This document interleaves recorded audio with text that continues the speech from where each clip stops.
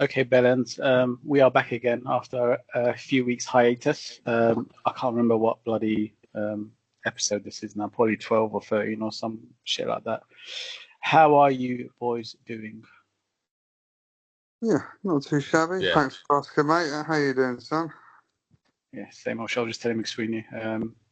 Obviously, I've been off for 2 weeks from work, so that was nice. Holiday, and then Right. yeah, all of last week just at home, more or less, just doing stuff right now. So, no, it's been good. It's been good. Good to get this back up and running again. So Yeah. yeah, this week we will be discussing technology. A couple of quick fire questions. It doesn't have to be quick fire, like I said to you guys before. We can go into detail, and then we'll discuss a little bit more in regards to technology. Okay, so first things first. First question. Yeah, I already know the answer to this one, and it's no surprise. So, Apple or Android, Simon? Apple. Also, I want to ask: have you always been Apple, or have you ever Uh, chopped and changed? yeah. Well, since the whole smartphone era, my first smartphone was iPhone 3 back in about Bloody hell. 2012. So Mm, I think again with me, old habits die hard. So I tend to stick to what I kind of start off with, and I mm, don't tend to sway too much from that. But mm. yeah, Apple. Since around about 2012. Obviously, prior to that, Nokia's and that sort of stuff. But yeah, Yeah, I'll go into that later on. I got another question regarding that. So yeah. yeah, we'll go into it in a bit. Timothy, again, I know the answer, but yeah, please confirm. Yeah, for me, Apple. I mean, I understand iPhones. I understand iPads. I don't understand Macs as well as I should because I work in IT. And if I vouch for Apple products, then I should know how Macs work. But I do struggle with them. Androids are just they're fanciful. They're good phones. They're a brilliant brand. They obviously make a lot of money for a lot of reasons because of the products that they sell. But they just confuse the living shit out of me. I really do struggle with them fucking loads. So yeah, for me, Apple all the way. Now, for me, I'm obviously Android, as you both know, and I have been Android more or less all my life. There's this common, obviously, perception between you either Apple, you're either Android, or if, for example, I know someone who's Android and they're going over to Apple, it's like met with disgust. You know what I mean?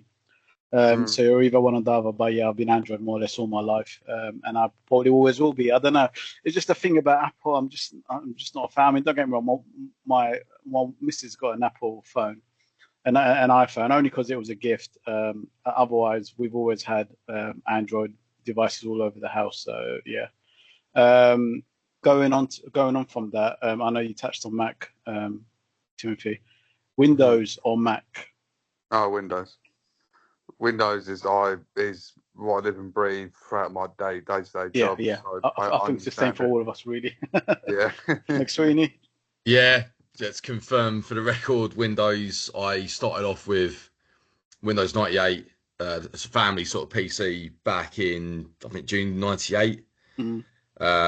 And even prior to that, I ran other people's houses, like my granddad's house in Streatham. They're like Windows 95 and stuff. So yeah, again, just brought up and raised with that. What And Mac, what was the first? Sorry, to butt in. I know Simon. You just touched yeah, on OS, the 95 you mentioned as well. yeah, So I was going to ask, what was the first OS based computer that you owned? yeah, Windows 98. Yeah, yeah. And I know, like, I don't know if you guys at school, if you had like Windows PCs as well. We actually had Macs in our at secondary school. Oh, right. In Okay. primary school, I actually can't remember what operating system it was. It was RM computers. Remember the brand RM? They used to have in the RN. schools mainly. RM, Romeo RM. Mike. Okay.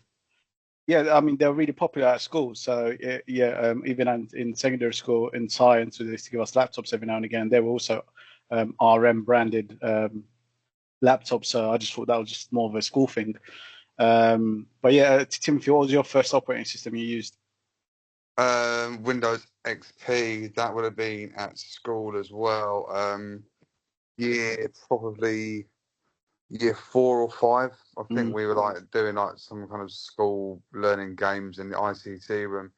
and it was the setup was like a little screen, and then behind that screen was then like a tiny PC, and then you then had like the keyboard and mouse and so on and so forth. So there was like 2 banks of desks, and there were like 10 screens and PCs across those desks. So like in like a long kind of format. It was pretty good. Yeah, but XP was my first, but then I got fully fledged into Windows 7, then 10, and then I mean you could probably throw in 8.1 or Windows 8 and 8.1, but they were flunky pieces of shit. Yeah, I think taking away working in terms of working atmospheres and what we use at work, I think all of us have more or less touched 8, 7, obviously 8.1, all the ones that aren't really popular in the business environment.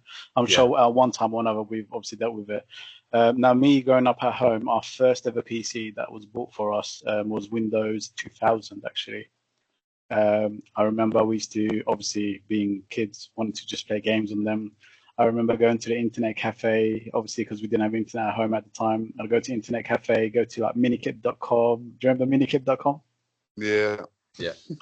I used to download the Flash the Flash games, but managed to put them on my USB stick, take them home so I can play them. We had an idea store, the library near us in Bow as well. So we'd go there. We used to be able to rent, obviously borrow the PC games as well as videos and DVDs. So we'd borrow the PC games, trying to see if we can get it working. There was one called Tank Racer, I believe. And also back in the day, they used to give you like these games on the serials. There was a game, I think it was called Desperados or something. It was like a demo. And then we went and bought some games as well. I remember Roller Coaster Tycoon. I don't know if you guys have played that. Oh, mate. Yes. That was one of my favorite games growing up as a kid. Roller Coaster Tycoon, just sitting there for hours, building obviously your own theme park. And yeah, I've tried so many times to replay that game. It actually is on the original Xbox. So obviously when I chipped my Xbox 360, because there were Xbox games on there as well, I tried playing it. But it didn't work, and it was known online it doesn't work. But I would love to play that game again one day, just relive childhood memories. But yeah, those were my early day memories of obviously using the PC at home. So yeah, good times. But yeah, Roller Coaster Tycoon, legendary game.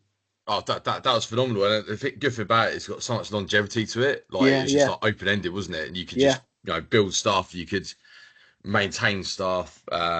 It's a constant operation, and I think a lot of games, they've got like a certain shelf life or kind of duration to it, where you do certain levels or whatever it is. But it's like you could go on for days, months, years. Yeah, I mean, you got to worry about all sorts of stuff, even like the pavement. Have you got enough pavement? Obviously, everyone's throwing up all over the place. You got to hire the handyman. I remember those days. I mean, I played as Zoo Tycoon on my Xbox 360 because there was Xbox 360 version. I did enjoy playing that briefly, but it wasn't the same. You know what I mean? It was like, you still got to go around, make sure the animals are okay, make sure you're cleaning up the mess, make sure all this bullshit. But yeah, Roller Coaster Tycoon was by far a legendary game, and one I would love to, like I said, replay again. Okay, next question. First phone you ever owned or bought? Tim, for you first. I wanted to Google because Google what my phone was. I knew that it was a Nokia phone, and I knew that it had a stylish pen with it. It was a Nokia 5800. 5800. Yeah, I had a little Google. I think it said the 5800 because I literally just typed in Google phone with pen, and I always used a pen with it. And but after that was before I worked with my dad for like a summer, and he works at a hedge fund, so they gave me a BlackBerry. They gave me like a shitty BlackBerry. First time I then ever used BBM. Then I got the BlackBerry after that. That was the touchscreen, but it was like a flip up one as well. So you still had the keyboard underneath it. And then after that, I then just went on to iPhones. And that was after like 2012. But yeah, first one was a Nokia 5800. I don't think I was worthy enough to have the mighty Nokia, whatever the fuck it's called. I can't remember what it's called now. You know what is strange? You mentioned Nokia 5800 because I just Googled it, and not me personally, but my brother, especially within the household, we had a ton of Nokia phones, different phones. This is pre-touchscreen. So when I just searched for 5800, I was like, yeah, I've never ever come across this one. Obviously, it's touchscreen, but never come across this one. Obviously, so many Nokias. My mum's first Nokia was a 3330. Yeah, I'm sure you guys might, McSweeney, you might remember the Yeah, I do. 3330. Yeah. That was my mum's first ever phone. Yeah, and even just looking at the pictures now brings up memories. McSweeney, your first phone? Mine was 5110 because obviously I'm a few years on Tom, so I got that in okay. 5110. It's got the aerial sort of sticking out. Yeah. And that was passed to me from my mum, and that would have been around again 2002. It would have been. So the phone came out in April '98. Yeah. I actually thought it was a bit before that, but yeah, April '98. Yeah, I mean it was it's your first phone, isn't it? Really, so you obviously get hooked in it. It's got Snake on it, most important feature. Yeah. Yeah. So did you have quite a few Nokias back in the day? I was going to say. I did. So I had Nokia 5110 to start with. I think my brother had 3210, but I think I skipped that and got a 3310, and I got a 3410, and then I think I had after that a 7210, which had the radio on it. Okay, yeah. I just googled Nokia phones, and I'm just trying to look at the ones we had in our household, and not me specifically, but my brother. Now, obviously, we do all share it. Nokia 3200 was one. Nokia, the square one, what was it also called? A 7600. You know, the one that looked like a square, had the numbers around it. I was going to say, I was thinking of that phone, but I couldn't really remember the actual name of it. Yeah, and another one we had was the keyboard phone, Nokia 6800. We had that in the house as well. I remember texting on that. That was interesting. But my first ever phone I ever owned was actually a Sony Ericsson, and it was a Sony Ericsson K750i, which I bought from Sunday Market. Do you remember Sunday Market? No, I've never heard of that. What is it? You guys might not know it because you're not from you're not really from East London. Not from East End. Yeah. So near Brick Lane, I think it was near Brick Lane. It was got to be near Brick Lane. Every Sunday there would be a Sunday Market. So they have loads of stalls. They'd sell games. They'd sell stuff. You know, just random shops and stalls. And there was a phone shop there. Oh, mate, just looking at the picture of a K750i on the internet is flooding back memories. We went to Sunday Market. I bought a second-hand K750i. That was my first ever phone I bought with my own money and basically owned. I had that for a good couple of years before obviously moving over to different phones over the years. Before finally, again, sticking with Samsung, basically, I've more or less. Actually, no, I was Samsung for a little while. And then I went over to Huawei. When I was at SH, actually, I remember going to the meeting rooms when my new Huawei got delivered. Because I remember it saying it was delivered, and I was like, obviously, I went down to the loading bay. I was like, guys, something came for me. Is it all right if I take it? I know it hasn't gone through the system yet.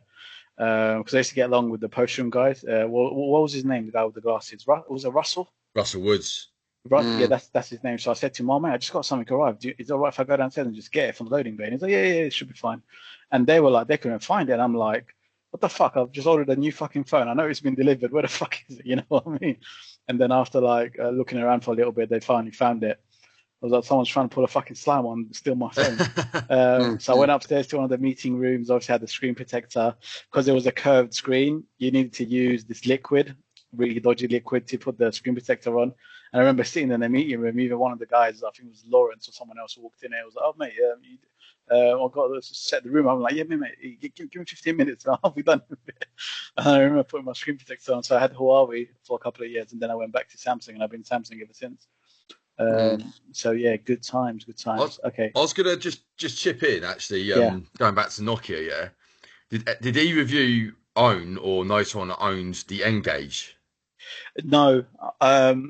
I remember someone brought it into school once, but obviously I think they had one game or something. Obviously, I just saw the picture right now when I was going through the old Nokia phones, but I didn't actually ever physically use it. I saw someone else playing with it, but it seemed like a bit of a novel. Obviously, you had the PSP at the time as well, which I feel like handheld gaming, but Nokia N-Gage was nowhere near as powerful, Yeah, compared to the PSP. it was like it was just a poor man's Game Boy Advance, wasn't it? Really? Yeah. I mean, I'd say it was probably on par with Game Boy graphics, maybe a little bit better. Actually, no, it was better because you could play FIFA and stuff on there. But it was very pixelated and pony. Yeah, But yeah. they're saying here in the reviews, it resembled a taco. Oh, really? People had a mocking nickname saying "taco phone." It was like N-Gage, was mainly unsuccessful, partly because of that. The buttons were not well suited for gaming. Yeah. Can't really game on a phone like that, you know what I mean. Fair play to them for thinking outside the box, but it clearly wasn't that popular. So yeah, I'm not surprised. Okay, so first laptop you guys have ever owned or bought? So sorry, Simon. Yeah, go ahead. Yeah, for me it was a Dell laptop. I actually didn't move over to purchasing a laptop until I think it was around about 2013, 2014. So okay, a lot of time I had a desktop. Even at uni, I had to lug my desktop when I lived in Halls for a year for the first year in Twickenham, and obviously then coming back at Christmas, I had to then take it back, and then I don't know. For years, I was like a real desktop man, and then eventually moved over to a laptop. But yeah, the Dell laptop I had sort of did me for about 5-6 years. Just a fairly basic. Do you remember the model name? It's called Inspiron, Dell Inspiron. Okay, yeah. Inspiron. I remember, yeah. Yeah, so I tend to go for quite simple laptops. I mean, even at the minute, I've got. I think you're quite a big fan of Lenovo's, aren't you? Yeah, I mean, I was going to come on to it later on. One of my questions was going to be preferred laptop brand, which I'll discuss more in detail. But I was just curious to know what was the first laptop or device sort of like you guys owned. Obviously, I'll go into my story in a second. Timothy, do you remember yours? Yeah, again, I've had to Google it because I haven't used it in so long. But I've literally had to Google HP laptop white because I knew that it was white. But I couldn't. Wait a minute, is that the one you brought in for me to try and fix? I think it was, yeah. Oh mate, yeah. Yeah, there was a chunky old beast. It was a big old boy. Yeah, it was. To be honest, and I'll be completely honest, I've never really had a personal laptop. If I've had to do anything personal, I'll just use my phone or I'll use my iPad or I'll use a work laptop that I'm given by the company that I work for. I've never wasted a shit ton of money on getting a personal laptop because it's too fucking expensive. I may as well just make use of the £1,000 or £2,000 laptop that I get from work. I'm like, fuck it, may as well just use that for anything that I need to do. But mainly nowadays, I use my phone for anything that I need. I get that. I get that for current times, but it was more like growing up and stuff, because obviously having a laptop and all that stuff, having your own device was a big thing. That was more. But I understand where you're coming from in this day and age. I mean, again, I was going to go on to speaking about, changes from back in the past and now. And obviously, I'll go on to the fact that I don't see the need for a laptop either. But that's at the same time, it's because I'm using a PC every time. But yeah, we'll go into that later on. So my first ever laptop I ever owned. Do you guys remember the brand name called Gateway? Yeah. So they're obviously not. Actually, you know what? I think they made a little mini comeback. I remember seeing a video on YouTube where they created a new laptop. They're still going with a few devices here and there, nothing too special. But yeah, I was basically one of the first, probably the first guy in my school, in secondary school, to own a laptop because I think I remember telling you guys about how I used to save up money. Like, I remember I used to take like £1 from my mum and save up for lunch and stuff and say I'm buying lunch, but I never did. Do you remember? Yes. Yeah, so I did that same thing to basically buy a PlayStation and also buy a laptop. So I think the laptop was about £500, and I was in year 10 at the time. So it was probably about 2006, 2007, because I remember coming back from Bangladesh. I actually came back in 2007, and then I shortly bought it after that.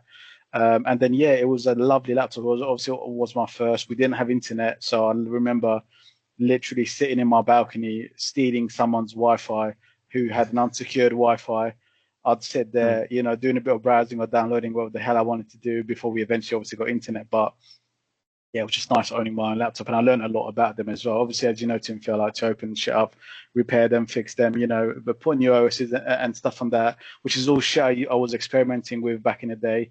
So I feel like it naturally, obviously, helped me in my current job right now because I got hands-on access early doors. And I remember when I used to have, and this is me bigging up Gateway. I remember when I used to have little niggling issues, I used to call their support line, and I shouldn't really be calling them for basic IT shit. And the guys on the phone, they're obviously based in England, they would help me with my little issues. And I think to myself, damn, back in the day, I thought that was the norm. But then as obviously time went on and I had other support issues with it, you know, Toshiba satellite, I had a Toshiba satellite laptop. I'm like, yeah, that's not the way they're supposed to be doing. But it just goes to show how good that company was. You know, they went the extra mile to help out the customers. And yeah, it's a shame, obviously, they're not around anymore. But yeah, Gateway was my first ever laptop. I bet there's like minimal security questions and that sort of stuff. It's like, yeah, just a complete free for all the time. Yeah, I mean, it was just basic help, more or less. Like, oh yeah, my network's not working. Oh yeah, and they taught me how to flush IP config, release, renew, you know, all this basic stuff, and you know, disable and re-enable the Wi-Fi because I didn't have a clue about any of this because I never owned my own laptop. It was just nice of them to go out their way to basically help me out. That was the main point. Yeah. Yeah, that's good. Because I remember even my dad ringing up Sky back in about 2007 or 8 or something, and even just to try and like the main account holder was my mum, and we were trying to get Prem Plus on for the football. Oh, I remember Prem Plus. We're trying to get Prem Plus on for football. And they're like, "Well, you're not the main account holder, Mr. McSweeney, so we can't do anything." Got to speak to Mrs. McSweeney, and he my dad rarely gets like rattled like that, but he's like, "Well, but might as well go over the road to the pub then."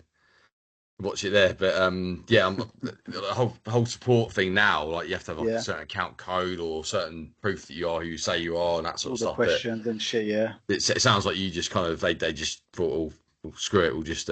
Well, to be honest, I wasn't really accessing any, you know, like. No.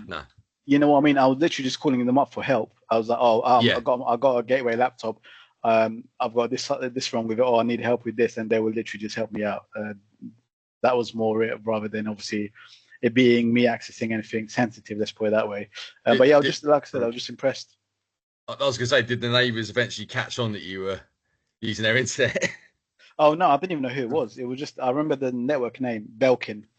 It was just Belkin, yeah. It was just Belkin, and it was just unsecured network, and yeah, it just worked. So I was like, but it was obviously shit. So yeah, every now and again I'd go in the balcony, like I said, just to steal it, and then eventually we got our own. I remember buying all this shit as well, like USB 2.0 extender, USB, you know, the Wi-Fi adapter. I'd have it hanging in the balcony. Hanging in my balcony just so I can pick up the network. Obviously, it didn't work that well. But yeah, it was just funny, you know, back in those days, the things we'd do. Like, obviously, we had internet cafes. I used to go to internet cafes quite often, actually, every Sunday. Just to go and literally browse and do junk, like random shit, check my emails for some reason. I don't know. But yeah, those are the days. What's the next question I have for you guys?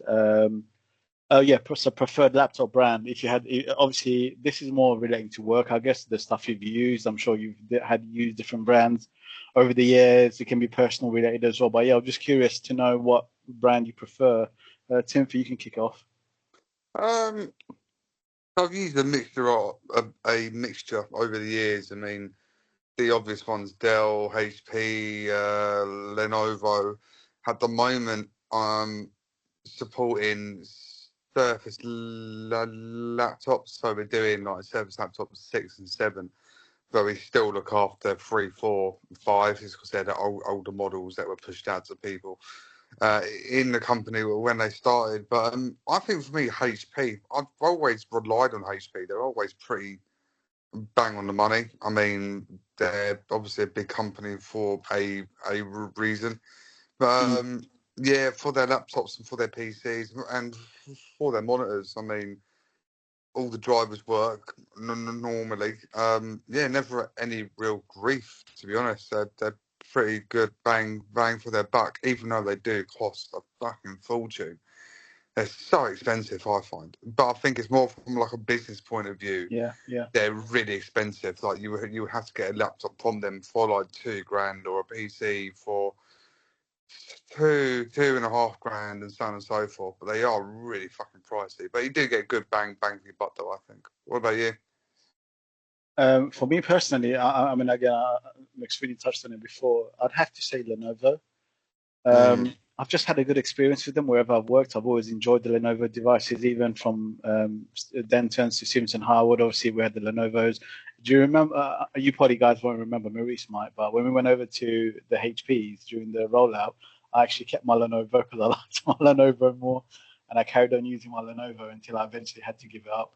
And then again, obviously at Braemar we use Lenovo's as well. Right now we were using Dell's at Kennedy's when I started, but now we are rolling out Lenovo's as the normal laptop basically. So yeah, I mean, again, I've always had a good experience with them. Dell I've worked with less. Obviously HP used that at SH for just under a year, but yeah, I'd say Lenovo, to be honest with you, mate. I've never had a problem with them, and yeah, again, just in general, the look of them, obviously the black, I just prefer it, in all honesty. For me, the Lenovo's were good, but that nipple that they always had wound me the mate. fuck up. Oh, it turn you on a little bit, give you a little tingle down your dick when you touch it. I want to play with real nipples. I don't want to play with nipples. he wants to play with mine, isn't he? I want to play with The proper diamond nipples. Yeah, some proper lemon squeezes. To be honest, I had no idea what the fuck it was, and I remember in IT, in my IT class in year 10, my teacher, he had a Lenovo, or he was using a Lenovo, an old ancient Lenovo, and he was showing me how it worked. He was like, "Oh, this is actually a mouse. You can move the mouse around, and then you've got the top, on top of the touchpad." I'm like, "Oh, the right click and left click." I was like, "Oh, okay, fair enough." And I didn't have a clue, but no one fucking uses it. Like, it's there, but no one uses it. You know what I mean? It's like, why not just... Yeah, I was going to say, I personally struggle enough with trackpads, then mind the flipping exactly. slap bang in the middle of the keyboard. I think the reason they left it on there, obviously, when the Lenovo's first came out, people were using it, and then I guess they just left it there in case people do carry on using it, because you can imagine how it will be if they get rid of it, and then there'll be an uproar from a few people saying, "Oh, blah blah blah," you should have not got rid of it, but. Yeah, now for me, Lenovo, McSweeney. I can't remember before we asked you, but yeah, it won't surprise you, the Lenovo's, but I think again, in terms of companies, it's maybe like HP, Dell, and I think mainly the Lenovo's I've used with my last company, but also the ones, is it the ThinkPad ones we had for like meeting rooms and stuff, wasn't it? For SH. Yeah. But they're just again simple design. Like they're not anything too overly complicated or fancy, but they sort of get the job done. I've never had an issue with them. We had the desktops as well, didn't we? Yeah, the tinies. Yeah. Yes. And we had them at Braemar as well. Well, a few of them actually. So yeah, they just work. I mean, again, I've never had any grief with Lenovo. To be honest, like right now, I've got I use many PCs, and two of them are Dell. My daughter's got a Surface Pro, and my wife's got an old Lenovo. What's it called? Yoga. And again, they work, man. I don't have. I've got no grief. Like, I don't necessarily hate a brand or like avoid a brand. Let's just put it that way. As long as it's got USB-C in this day and age, and you can obviously charge. It's got power delivery through the USB-C. That's all you look for in a laptop, and that's good enough. You know what I mean? Yep. Favorite. Or preferred, I should say, TV brand. What TVs do you guys normally buy or use? Tim, for you go first. In all honesty, I got no preference. I mean, they not ideally got to be the latest and greatest. I mean, I don't want to again spunk a load of money on something that's just a ridiculous amount. But I've only had to buy a new TV once. All the other TVs that I've had have been given to me by my dad through his work because they had like a lot of money lying around. Basically, his work, not dad in general. I mean, he gave me like a 72-inch TV the other like a couple of years ago, which I put in my summer house and I did start using, but some house then got flooded, so I haven't really used it again. But Samsung would probably be the best. I mean, they're always top of the food chain, and even monitors that we use in work now, they're all just Samsung monitors. Some are your normal ones, some are curved, and they're pretty decent unless someone punches them, like I mentioned to Simon last night. But yeah, they're all good as gold. What about yours? Yeah. I mentioned for you, Geezer. Speaking of Samsung monitors, remember the Samsung monitors we had at Braemar, the USB-C ones, the new ones we started testing and bringing in? Yes, I do indeed. I can take the credit for bringing them in because I was testing, and I obviously rolled them out from Mumbai as well. So Braemar can thank me for that, because when I went in there the other day, they've more or less all got the Samsung monitors now, from what I could see. Oh, really? Oh, shit. Yeah, Okay. yeah. Are they? Do you guys use curved monitors at all? Or obviously you're not there anymore, but when No, you were no. there? Some of the traders, the ones who are doing live trades, like what's the word, Timothy? They're like literally constantly blah blah blah, they're Traders, yeah. yeah, The but traders. the other guys are technically traders as well, apparently, but they're not. They just do phone calls every now and again, but they don't, trade live, like right there and then. Yeah, So to be honest, I've never known the difference between a trader and a broker. Like a broker would be someone who basically works in sales, right? They would broker the deals yeah, between that's a good clients point. and the Yeah. company. Then a trader would then be the people who then make money for the company and for the Mm. client, right? Yeah, they all make money. I guess that's the way I look at it. Yeah. But yeah, I don't know how it works in all honesty, mate. I don't know the background. But yeah, so in terms of Braemar, McSweeney, they all had a lot of the certain teams had curved monitors, 49-inch, really big curved monitors. They were a bit excessive, in my opinion. Yeah. But yeah, the majority of everyone else just had your standard dual screens. But yeah, they were good. I mean, I've got a curved monitor right now at work, which I actually was testing, a Lenovo 34-inch curved monitor. So I was basically the guinea pig because at my place they use Citrix as the base. On my second day, I was like, "Nah, fuck Citrix. I don't like Citrix." So I started using my laptop on my desk, like literally just on my lap, just no screens, no nothing, just plugged in at my desk. I said to my manager at the time, "Oh, can I bring in my own mini docking station? Can I use my own wireless headset and all this shit?" And they're like, "Nope, you need to use the generic stuff because we don't want people seeing." About a month later, I started using my own wireless headset, and I still am to this day. I basically was out on my second day. I was like, said to my manager, "Can I work outside of Citrix? Do I need to use Citrix?" And she was like, "Well, technically you don't." So yeah, for my second day, I've not touched Citrix unless I desperately have to go in and do something. So yeah, basically because of that reason, I was testing the new laptops with the new curved screens, which they rolled out in one of our offices. So yeah, I've got a nice curved Lenovo. It's just USB-C, being built docking station. I think it's great. I think it's the norm now, and people don't need docking stations on desks. Even the Dell monitors we have at work, they have a docking station built into them. So yeah, I think like that's the norm going forward. I'm sure a lot of people will be doing the same. Obviously, we hot desk as well, so yeah, it just makes sense. You can just go wherever you want. Plug in a USB-C cable, and then off you go. So it just works a lot better. McSweeney, did you mention your favorite TV brand? No, I'm gonna go. It's a bit biased because of other products, but Sony. Sony. I'll say Sony, yeah, because I've still got my parents. It was the same TV that we watched the Champions League final in 2012 on, and it's here now, right in front of me. And basically, it's got a soundbar at the bottom. It's a little bit. I know I said a minute ago about not always wanting like quirky designs or anything fancy, but it's got the soundbar at the bottom where the TV kind of like fits within the soundbar. It's like slanted a little bit. So it's almost like the sort of TV you'd expect to see in like a new build flat. And this isn't a new build flat, but it's that kind of technology that would kind of tie in with that image. But yeah, sounds really good on it. The actual picture itself, the quality of everything. Yeah, I've never had any issues with it. I've only had it for a few years now since my parents moved over to my granddad's TV, which is absolutely huge. But yeah, I've again PlayStation consoles always my favorite, and I think in terms of like TV products as well, I think Sony's the one for me. I think the bigger question again relating to you both is you get to watch stuff on it. It does what it needs to do. There's no Yeah. need to be fancy. I guess I get that. Funnily enough, the TV I watched the Champions League final in 2012 was a Sony Bravia, which I Oh, remember right. buying from Argos, which was a 1080p full HD at the time.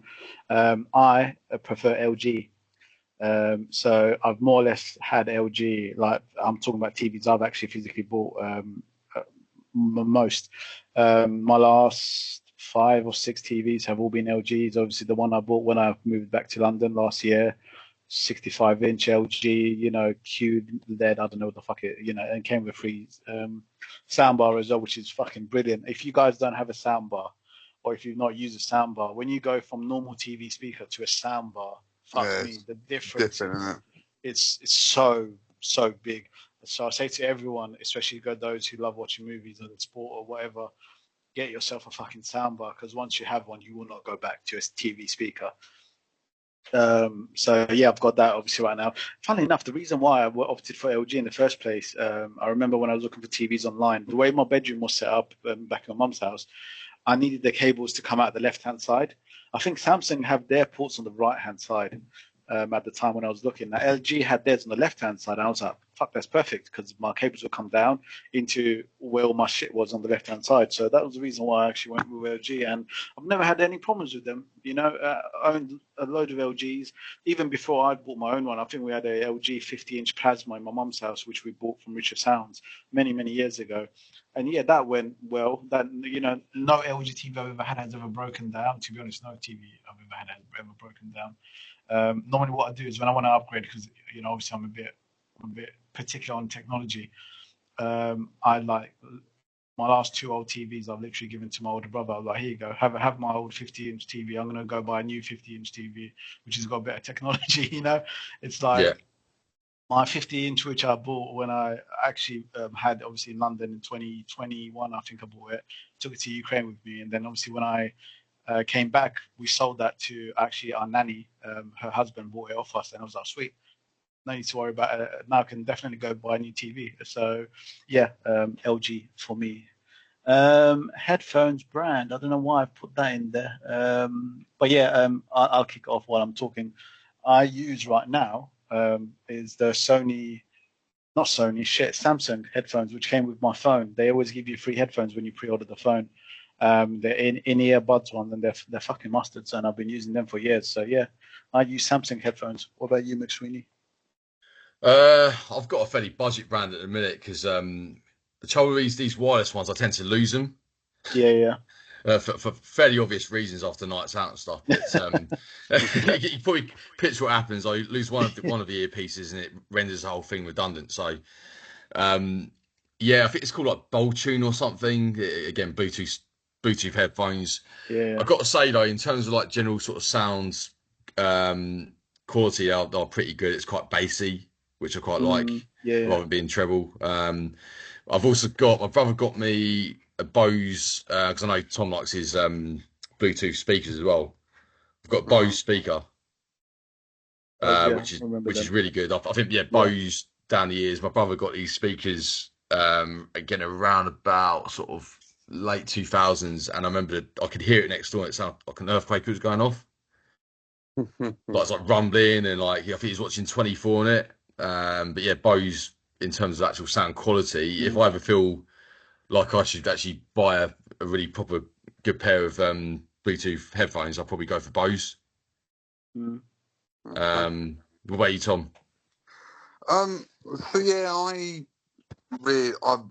throughout my whole time of using headphones, I've never used them big ass ones that you see people wearing on the train where they literally go over your head and all that shit. I've only really used the ones where they literally just go straight into your ear. And then there'll then be like a cable then that runs out and then runs into the phone or runs into the MP3 player or the iPod or whatever. I've mainly used Apple. I've never had any issues with the Apple ones at all, even if it was the actual aux or if it was the USB-C connection or the Lightning and so on and so forth. but I've started to more use wireless Apple AirPods. I've decided to treat myself a little bit after I got a bonus at work last year. So I bought some of the Apple AirPod ones. I think they're about like 150 quid from Argos. So I didn't obviously spunk out on a nice brand from a really nice company where I could literally just go to Sainsbury's and pick them up. But their quality, I mean, they hit the mark. They do a good job. They work straight away. Are they worth that much money? No, because you're literally listening to sound. It's not like it's fucking wiping your arsehole for you and so on and so forth. But it is what it is. Nothing's cheap in this world. But Apple AirPods are probably my go-to ones. But Those you had them already. Sorry, McSweeney, to buy in, Yeah, but go you on. had them even when I was at Bracker Braemar. You were always using the AirPods. I remember when you used to go out for a fag, you'd have them in. So they were really shitty brands. I can't remember the name. Ah. It began with a Y. I found them online. They were fake AirPods. Yeelink or something? Yeelink? No. Was it? No, is that Wider or Tiada or something stupid like that? I Some can't fake remember. Chinese brand, yeah. Basically, yeah. And they were pretty good, but I think, what did I do? I think I lost one of the AirPods, weirdly. I think when I was actually leaving Braemar one night, and I couldn't fucking find it anywhere. So I was like, oh, fuck this. I think I then got the exact same pair again off of the website where I bought them from. And eventually, I think they then went bust because they were so cheap. And I was like, fuck it, I'll just buy a pair of Apple ones. And that was it.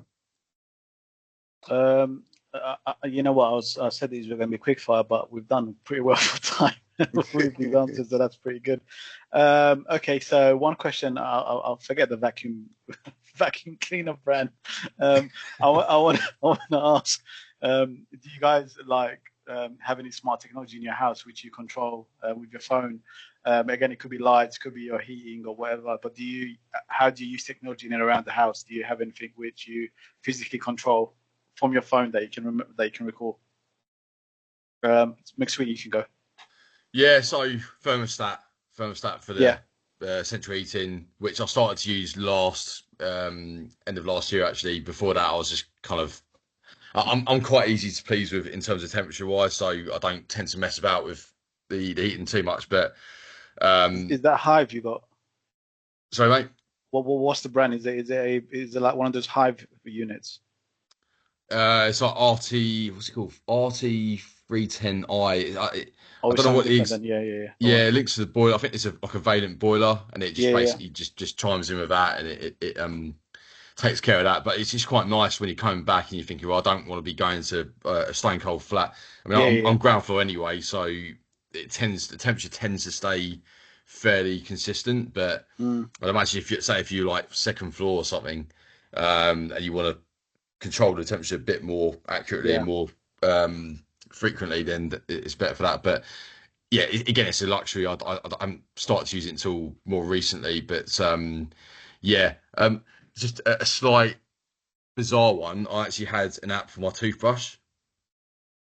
Oral-B have one. They've got the Bluetooth icon on there. But I've never used it. I'm like, why do I need to give a shit about what I need to see? You know, how I'm brushing my teeth or how long I'm doing it for. Or change the colour of it, or that sort of really? stuff. Okay. I think it does give you some sort of output in terms of like how well you're brushing and all the ergonomics and stuff. But again, it's like you just crack on, don't you? I think if you don't have to clean your teeth by the age of your mid-30s, there's something wrong with you, isn't it? No, it's because it's got the Bluetooth icon on it on the Oral-B toothbrush. I'm like, why has it got a Bluetooth icon on it? So I googled it one day, and then I found out, there's an app in like you can change bits and pieces. I'm like, I don't really need to do that. I think I'm all right, But I at some point I'd like to have, like, when I get my own place, like rather than rent it, I'd like to have something where I'm controlling a light, like in terms of like a dimmer switch or something. But you can do that right now, McSweeney. You can do that right now. You do it right now, but in a minute, in terms of like the lighting I've got, I've got fairly good lighting in here. I'm saying, like, when you got a bigger place and you got different rooms and stuff. At the minute, as you've seen, it's only like a basic studio flat. So I've got a touch lamp, but Yeah, that's not quite as high tech as some of the stuff they got now. Mm. I mean, I'll go next because on that subject, I can relate to that. So when I was in London first time around, so I saw online, obviously you can have LED bulbs, you can change the light and temperature and all sorts, So I had a lamp which I bought from Argos, I think it was, and you can buy on Amazon like the screw lights which are Wi-Fi enabled. You set it up, you could get an app, you connect it to the Wi-Fi, and then I've got one right. I've used the same exact bulb right now back again in London. I've got like a cabinet area, like a kitchen top area where you can sort of sit in the middle of the room.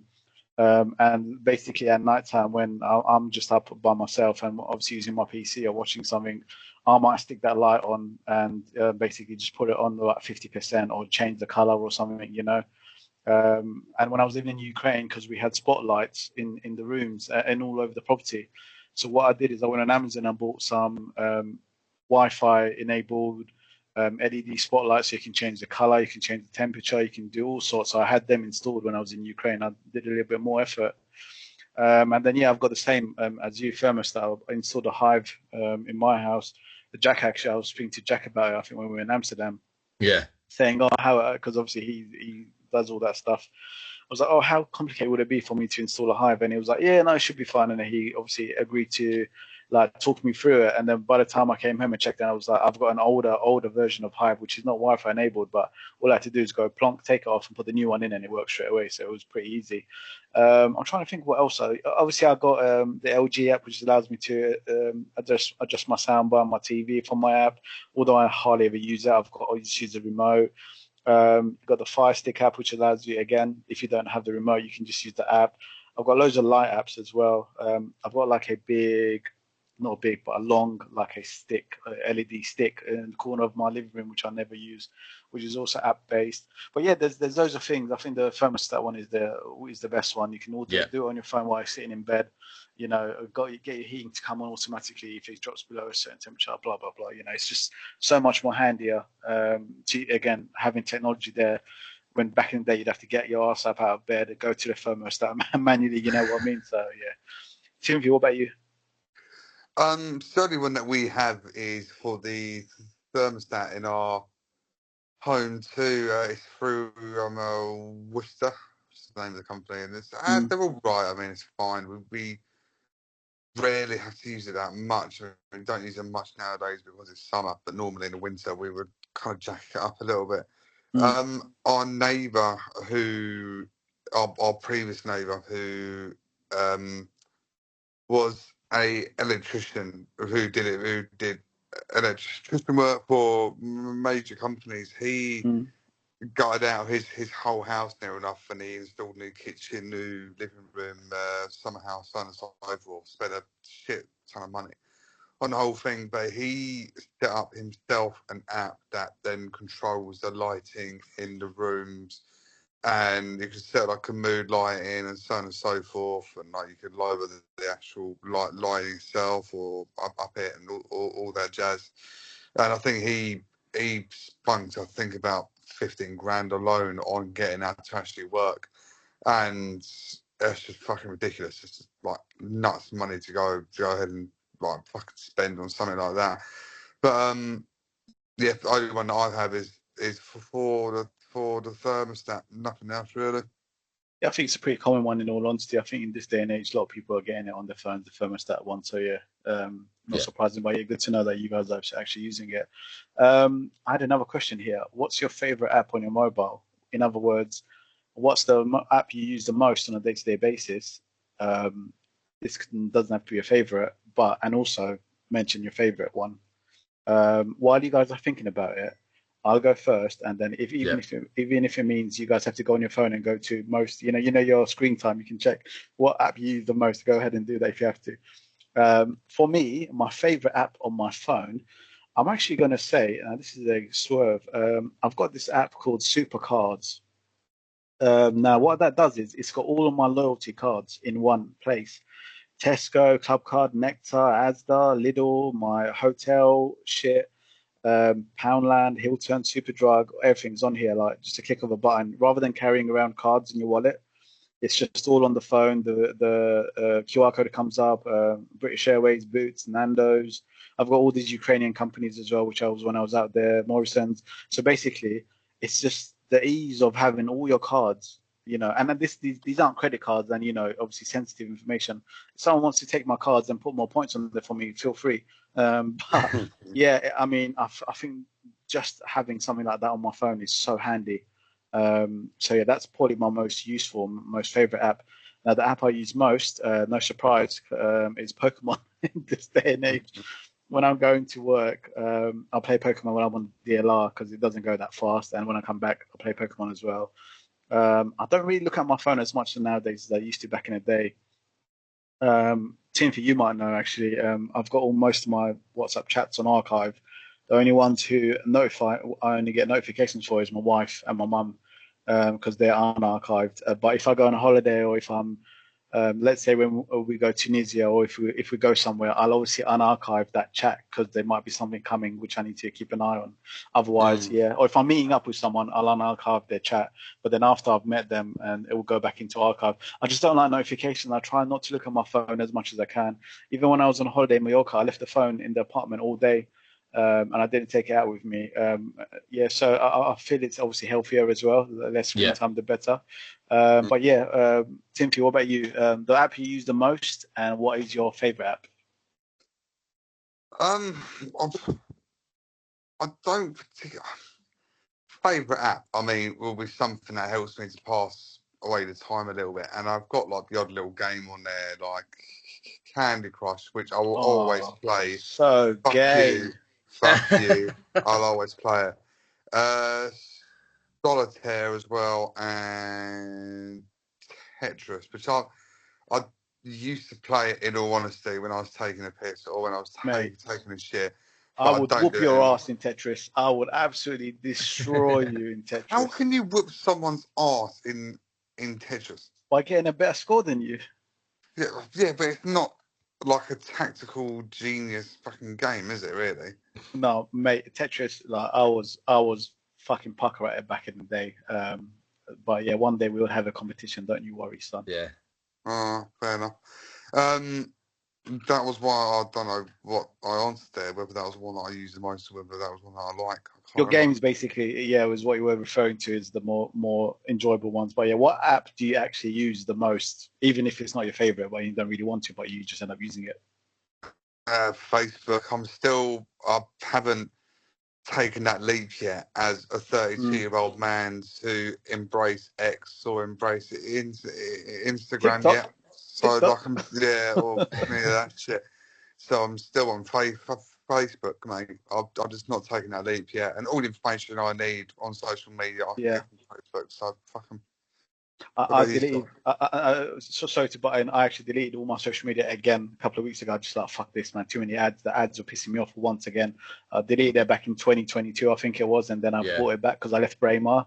So I sort of like bought them back again to keep in touch with people. And then the other day, I just thought, fuck this. And so yeah, I literally just have WhatsApp now, and that's about it in terms of social media. Well, that's not even social media, but you get what I mean. I'd go rid of Instagram and Facebook and stuff. Go ahead, Simon. Sorry. That what you asked me what mine is, the two. Yeah, so favourite app on your mobile and the one you use the most. The most used one according to this is Safari. Oh, okay.